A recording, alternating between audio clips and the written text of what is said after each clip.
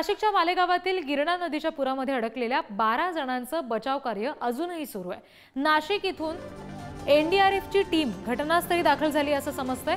अग्निशमन दल आणि नागरिकांच्या मदतीने हे रेस्क्यू ऑपरेशन सुरू आहे। सध्या मालेगावातली दृश्य आपण बघतोय। मासेमारीसाठी म्हणून हे 12 जण तिथे गेले होते। नदीला अचानक पूर आला, पाणी तिथलं वाढलं आणि हे सगळे जण पलीकडच्या तीरावर अडकून पडले। सध्या एनडीआरएफची टीम आणि काही स्थानिक लोक आहेत जे त्या सगळ्या नागरिकांना वाचवण्यासाठीचे प्रयत्न करतात। 12 जण तिथे अडकून पडले आहेत।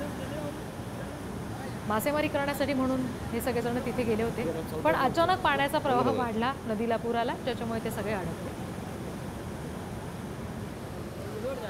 प्रतिनिधी रईस शेख यांच्याकडून आपण अपडेट्स घेणार आहोत। रईस, सध्याची काय परिस्थिती आहे? 12 जण सुखरूप आहेत का?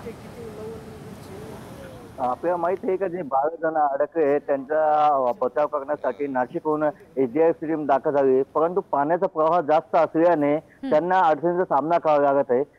पाण्याचा प्रवाह कमी झाल्यानंतर पुन्हा रेस्क्यू ऑपरेशन सुरू करण्यात येणार आहे, पण सध्या तरी रेस्क्यू ऑपरेशन हा थांबवण्यात आलं आहे। एसडीआरएफची टीम, अग्निशमन दल आणि स्थानिक नागरिक हे घटनास्थळावर आहे। सुदैवाने पाणी जे अडकले त्यांच्यापर्यंत पोहोचू नसल्याने ते एका उंच खडकावर आहे, त्यामुळे थोडं दिलासादायक बाब आहे। परंतु जोपर्यंत पाणी कमी होत नाही आणि पाण्याचा प्रवाह कमी होत नाही तोपर्यंत यांना वाचवणं शक्य नाहीये। तर त्यामुळे एसडीआरएफची टीम पाणी प्रवाह कमी होण्याची वाट बघत आहे। अगदी रईस, आणि या रेस्क्यू ऑपरेशनचे अपडेट्स तुमच्याकडून घेऊ। तुर्तास धन्यवाद दिलेल्या माहितीसाठी।